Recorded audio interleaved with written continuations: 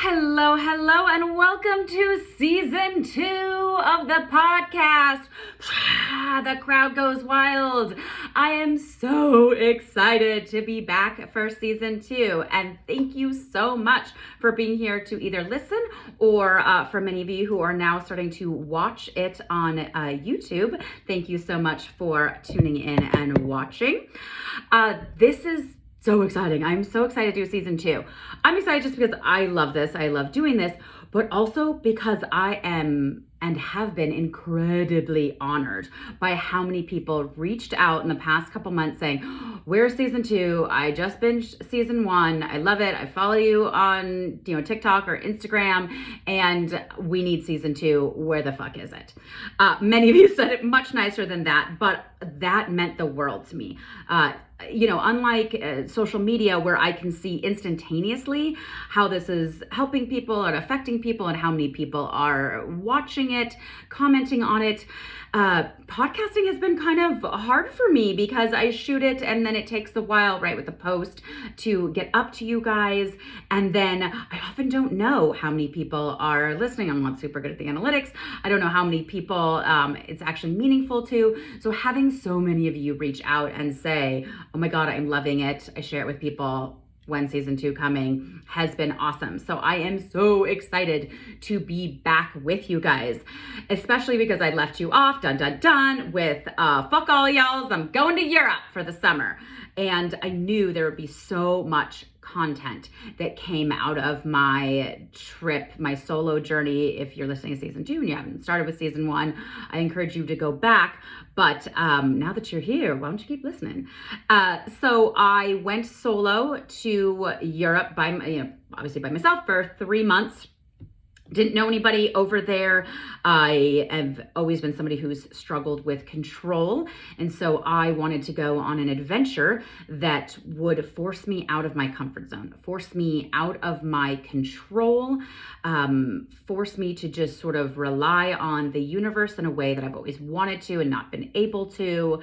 I spend 9 months of the year with you guys, helping clients one-on-one, doing like this podcast, social media, like it's a big give, right? And I love it. I absolutely love it. But of course, not only is it draining, which I do have good self-care routines, most of the time, to help with that, but it doesn't give me an opportunity to do my own work on myself. And so going away for 3 months, I don't see my one-on-one clients for those 3 months. I love them. They're very forgiving not to have me for the summer. I do the group coaching, the sisterhood. Check that out if you don't already know about the sisterhood. Hello and welcome to everybody who's in it and listening. I love you guys.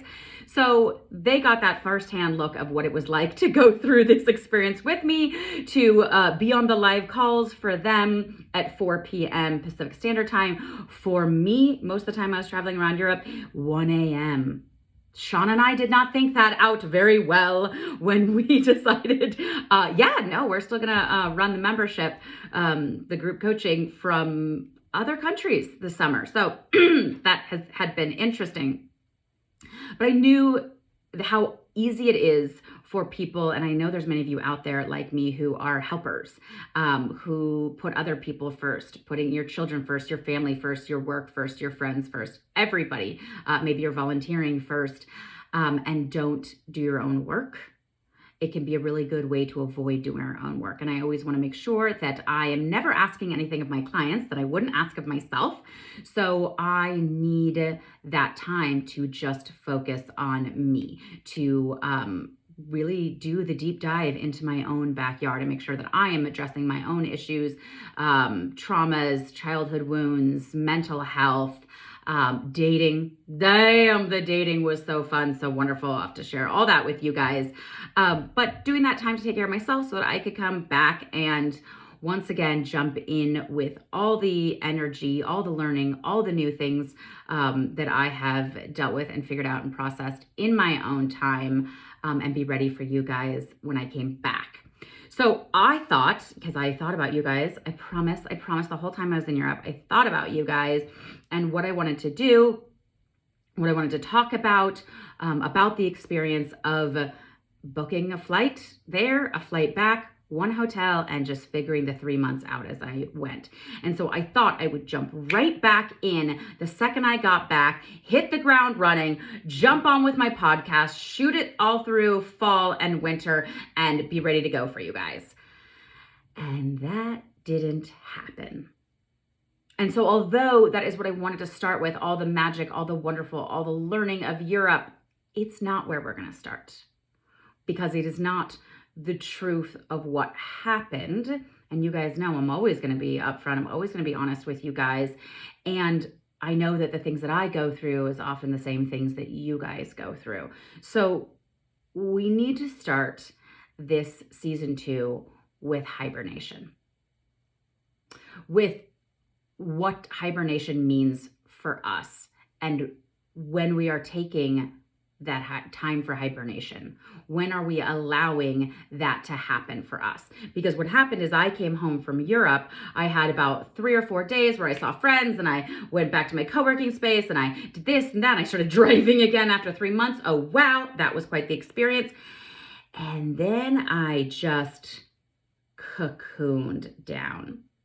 I sat on my couch for I came back at the end of September. I sat on my couch for about 2 months straight, like in the same sweatshirt, in the same Christmas pajama pants, and didn't leave my house. I totally had enough energy and love and support to give to my clients, because I love that and it is such a passion for me, but I didn't have anything left for anybody else. And so I want to talk about this because this happens to all of us, but society doesn't talk about it. And that's what we do here. We talk about the things society doesn't talk about. And what I mean is, something that I have noticed when all these years of working with clients is that our lives often go according to the seasons. And what I mean by that is fall comes around and it starts to shed away the things that are no longer serving us in our life. And when I'm working with clients, I'm always like, what's falling away from you? What's leaving you? What's being ripped away from you in some cases? Because if we don't shed things, the universe will rip them from us. And fall can often be really painful for us because we shed and then we're shedding off old skin and new skin is underneath, and we feel really raw. We feel very vulnerable in fall. We're striving to hold on to things. Maybe we're losing a job, a relationship. We're moving. We're getting rid of old patterns. We're getting rid of old stories that don't serve us anymore. We're starting to look at and uncover the traumas we haven't before. It can be this really dark, deep, and I mean dark in a beautiful way, emotional time. I think that this is one of the reasons why so many people love fall. We start to get snuggly with ourselves. Things start to change from summer. It's such a dramatic change that can occur. And so we have to look at, where are things pulling away from us in fall? Where are we shedding? And then winter comes, and winter is about hibernation. Right? I always say, if you can't go outside, go in. Right? We can't, for a lot of people, like I live in Oregon, so we get snow. So we're going in physically, and we can have the opportunity, if we take it, to go in emotionally. We start digging down deep. We start ruminating on the things that were pulled away from us, on that rawness, that openness, that vulnerability. These things have fallen away. These things have been brushed away. What is left in us? What are the things that, when everything is brushed away, we can finally look at? It's the time for me that I really get into reading. It gets dark out really early, and so I get really into reading when it gets dark. What new things can I onboard? What new skills? What new belief systems? What can I learn about society and humanity and people and myself? So I'm doing a lot of that work. I'm doing a lot of stillness work. And I know, Rachelle, still, is that a thing? Shockingly, it actually is. It's not as often as it should be. But there is time for stillness and the things that come up for us when we are still. I think this is often also why a lot of us struggle with depression in the winter, because there is that stillness, because there isn't that distraction from us, from who we are, from the things that we need to look at. And sometimes that depression is what we actually need to slow down, to say, I am not going to do it anymore like this. I need it to change. I need to look at what's underneath this. And that hibernation season gives us that opportunity. And then spring comes along, and we've hopefully learned so much. We've dug down into the very essence of who we are. We've onboarded new ideas, new belief systems. We've researched, we've gathered in that time, so that now when spring comes, we know what we're ready to plant. We know what we're ready to bring in. Okay, I've collected all this knowledge, all these new things in the winter, and now it's spring and I'm ready to plant the things that I want. Those are new habits, new relationships, right? Spring fling, love is in the air, right? New beginning, starting of things, seedlings. What is it we want to plant going forward? And that's what I work with my clients around. Okay, coming out of winter, now what the fuck do you want? You just learned all this new stuff about you. How are we applying it differently? What are we going to plant this year that we didn't plant last year, or that we have never planted before? And then spring, we watch those things grow. Summer comes, we reap the rewards of everything we planted in spring, and summer is here, and we party, and we indulge, and there's sunshine, and there's water sports, and everything is wonderful. And it's one of the reasons why I take summer off as a life coach, because I will fucking tell you that everybody thinks their life is perfect in the summer. Nobody seems to think they need a life coach in the summer. They're like, thanks, Rachelle. You've been so great. You have helped me all year long. Now it is summer and I'm feeling good. I'm feeling ready. I'm feeling set. I don't need any help. And that's great. Indulgence, abundance, reaping the rewards of what we have done all year. And most of us, if we're doing it right, do it to excess. There's nothing wrong with that. And then fall comes around again, and we have all that excess. And fall is there to shed away that excess. Okay, what of that experience do you really want to keep? What do you really need? What needs to be shed away? And then we start the process all over again. I started mine a little bit early. I started my hibernation in fall, which is fine. Problem is, I didn't know I was hibernating. For those of you who don't know Shauna, if you're in my group coaching, or you work with me one-on-one, or you listen to their seasons, Shauna runs the back end of my my business. She is going to school to become a therapist, so she has so much wonderful knowledge in of herself. And this year, I think in this season, we're going to get her to be able to do a podcast, which I'm very excited about. And she sent me something really great at the end of my experience. So there I am on the couch. My friends are all excited that I have come back from Europe, want to hear all about it. It was such this amazing, transformative experience, but it was hard to explain to people. It was hard to share to people, because it felt like a fever dream, because I did it alone. Because we often cement memories in when we have other people to share them with. So a lot of people can talk about not having a lot of memories of their childhood if they were an only child, or if they experienced isolation as a child, or they didn't have anybody to share things with as a child. It's harder for us to grok in those memories. And I definitely found this. I really wish I had journaled every day. In fact, I'm getting a one of those photograph picture frames that's electronic, that I can like upload my pictures from the trip, because it doesn't feel like it was real, because I experienced it alone. I also wasn't able to process all the things that went on with it, because or as well as I would have liked to, because I experienced that alone. And then I came back and everybody wanted to hear about it, and it was like, how do I boil down these incredible, amazing, horrible, awful, terrible, scary, every emotion I could have experience and explain it to somebody over coffee. How could I even explain it to myself? I mean, I was in 3 countries. I think I did 3 countries, 23 hotels in 3 months. 4 countries. It was so much for my nervous system. Just the doing of it was so much. The not knowing where I'm going to be.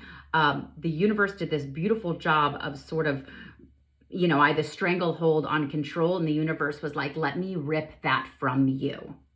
Let me rip apart you being able to control everything so that you can open up in this new way, which was wonderful and also terrifying and also really fucking hard, and came with so many tears and so much emotion and so much joy and so much dating and so much sex and so much food and so much abundance and absolute sheer terror that I needed time to process. And that was an interesting experience because, like I said, I sat on my couch for 2 months with my hood up, watching TV, not leaving my house, cooking for myself. And I'm not somebody who loves cooking, but I just wanted to be in one spot, not moving, zoning out, eating a ton of sugar, smoking a ton of weed, like just zoning out. And on the surface, I felt guilty about it. And this is why I wanted to bring this up. I felt really guilty about it on the surface. Like, oh, I shouldn't be doing this. I shouldn't be leaning into all these things. Am I getting depressed? I have a really good support system. So I would talk to my dad and my best friend and say, I don't feel depressed, but let's watch this. Actually feel really good not hanging out with people, not diving back in. I thought I was going to start a YouTube channel right away. I thought I was going to do this and that and my courses, and I was going to dive right back into all that. And I just slowed down. And I just saw my clients, which absolutely filled me up. And then I went back to my little cocoon. And I just didn't force myself to do more than I felt I could do. I slept a lot. I checked on my mental health. Like I said, I checked in with my father and my best friend and said, hey, let's watch for some signs of depression. This is weird for me. I'm such an extrovert. I love people. I love going out. I was so excited to be home and to get back into pickleball and seeing people that it was weird that I was liking being alone so much. And I kept saying, I'm happy. This is weird for me. This is not the me that I understand. I don't know this woman, but I'm happy. And yes, am I indulging too much? Sure. Am I making a decision like I'm going to get a control of this at some point? Yes, absolutely. And I knew that if I couldn't get a control of any of those things at some point, I needed help. If I started to feel depressed, needed to go back to therapy. Like I had safety mechanisms in there for if this wasn't healthy, which I think is very important for all of us when we're experiencing something new we haven't experienced before. But I just kept saying, I know this is weird. I know this doesn't feel like me, but it feels right. It feels good. And I'm happy, even though I don't recognize myself. And I say now I was cocooning. I didn't know then I was cocooning. Then I was like, who is this woman that came back from Europe? Like, who is this? Why am I here? What is happening? I don't know this person. And I don't know if it was scary. I don't know if that's the right word. Maybe I don't have the word for it yet. Confusing. Yeah, I'm pretty used to recognizing myself. So confusing, but I let the process happen. And then I decided, and of course, but during this, I came right back to America after having so much fun dating in Europe. And I was like, got on the dating apps and immediately was like, all right, cool, I'm going to date. And the universe was like, fuck no. Couldn't find a single person that I wanted to be matched with. And there are lovely men in this town. It says nothing against them. I couldn't find anybody I wanted to match with. They weren't showing me people. I would swipe and the people wouldn't swipe back, which, I mean, doesn't happen to me very often. No. But, I usually successful dating. I enjoy dating. No, the universe was like, fuck that shit. You're going to sit on the couch and do nothing. I'm not even going to allow that. Okay. A couple of days of that. And I went, all right, universe, fine. You want me to to just sit here with myself and be silent and let whatever needs to happen right now happen. And so I did. And then I decided, you know what? Fuck this. It's been too long. I decided 2 months was enough. I'm getting out. I'm starting my life again. I'm doing things. And the universe said, actually, no, we're going to make you sick for a month and a half.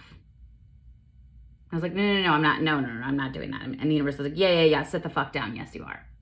You're ready to come out of the cocoon when we tell you. And again, I didn't know I was in a cocoon. I didn't know what was happening to me. But I knew I had to sit down and do nothing. And I think really that the universe wanted me to be quiet and go in, and I wasn't. I was watching TV and I was doing like a smoky weed and eating sugar and doing all these avoidant tactics. I wasn't looking deep enough. I wasn't really letting in that experience in that way because it was new and it was scary and it was confusing and I like control and I just wasn't doing it. So the universe was like, yeah, I'm gonna make you fucking sick now for 6 weeks. So now you have to like literally just lay down and be alone with yourself.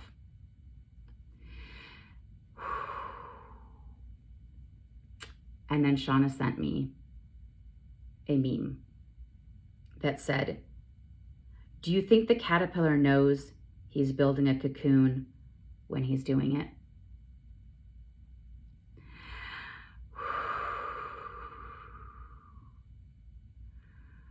Fuck.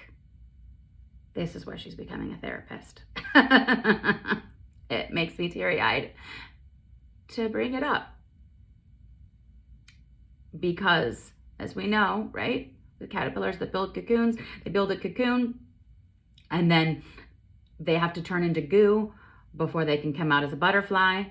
I don't know that I'm a butterfly yet. Sometimes I think I'm a butterfly with one wing, just fucking muscling my way through life for sure. But I kept not wanting to dissolve in the goo. And the universe just kept saying, nope, no friends, no boys, no leaving the house. Now you're sick. You have to be okay with the dissolving. You have to let go. You have to release. You have to learn. You have to be silent. And let whatever happens in that silence happen. And of course, this is something I preach to my clients all the time, but it is so much easier to tell other people to do the things than to actually do them ourselves. When I went to coaching school, my professor brought this up all the time. She was like, oh, you will learn what a sense of humor the universe has when your clients are going through the same things that you're going through.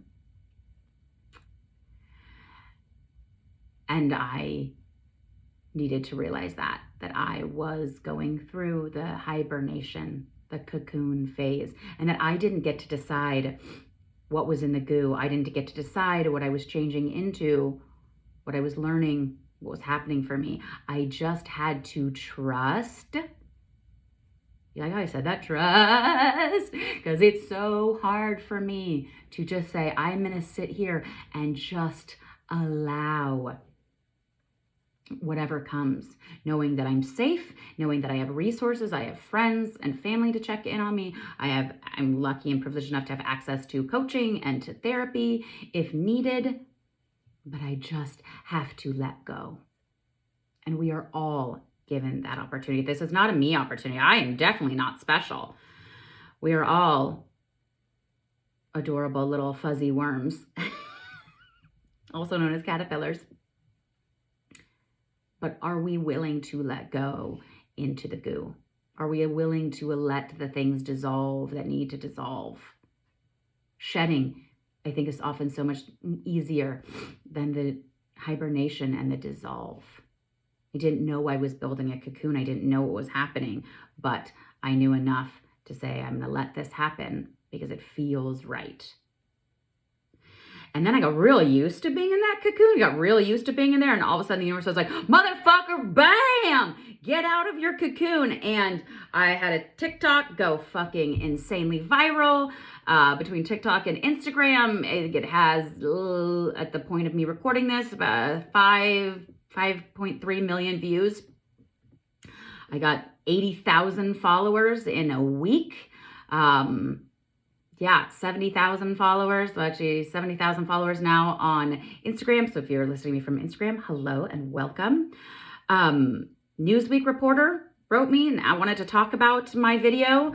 I mean, it just went insane, crazy, because the universe had decided, bam, you're ready. Does that mean I'm a butterfly? Like I said, I don't know what that means, but it meant that I was ready to come out of my cocoon. I got healthy again.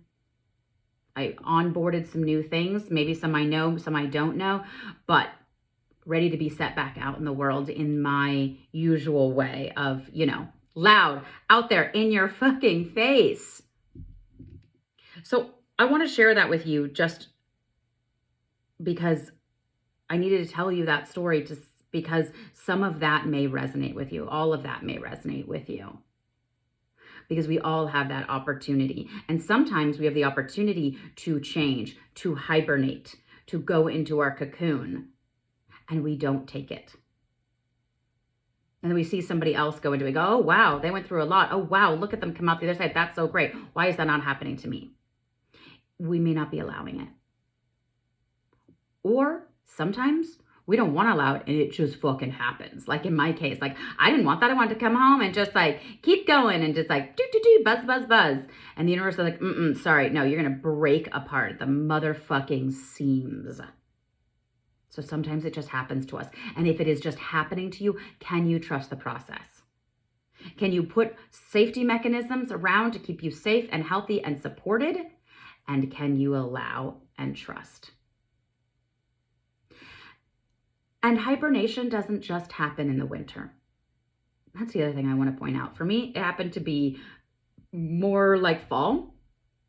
If you live in a different parts of the country the different part of the world, where your fall and your spring and your summer and everything is different than it is here for me in the West Coast of the United States, right? Maybe it happens at a different time. Maybe it happens in the middle of summer for you. It doesn't always happen according to the seasons. Sometimes we have seasons within seasons. Sometimes we have seasons of life. Are you noticing, as we've talked about this, where this has happened to you in the past? Where you go, oh shit, like me. Like I didn't know when I was in it, but looking back now, I'm like, damn, that's what was happening to me. Okay. Is it happening to you now? Can you allow? Does it need to happen to you? Will you notice it when it starts to happen to you? Will you allow the hibernation in winter? Or whenever it comes? Can you allow? Can you notice the seasons in your life? We're going to be talking more about this subject. We're going to be doing a spring one as well.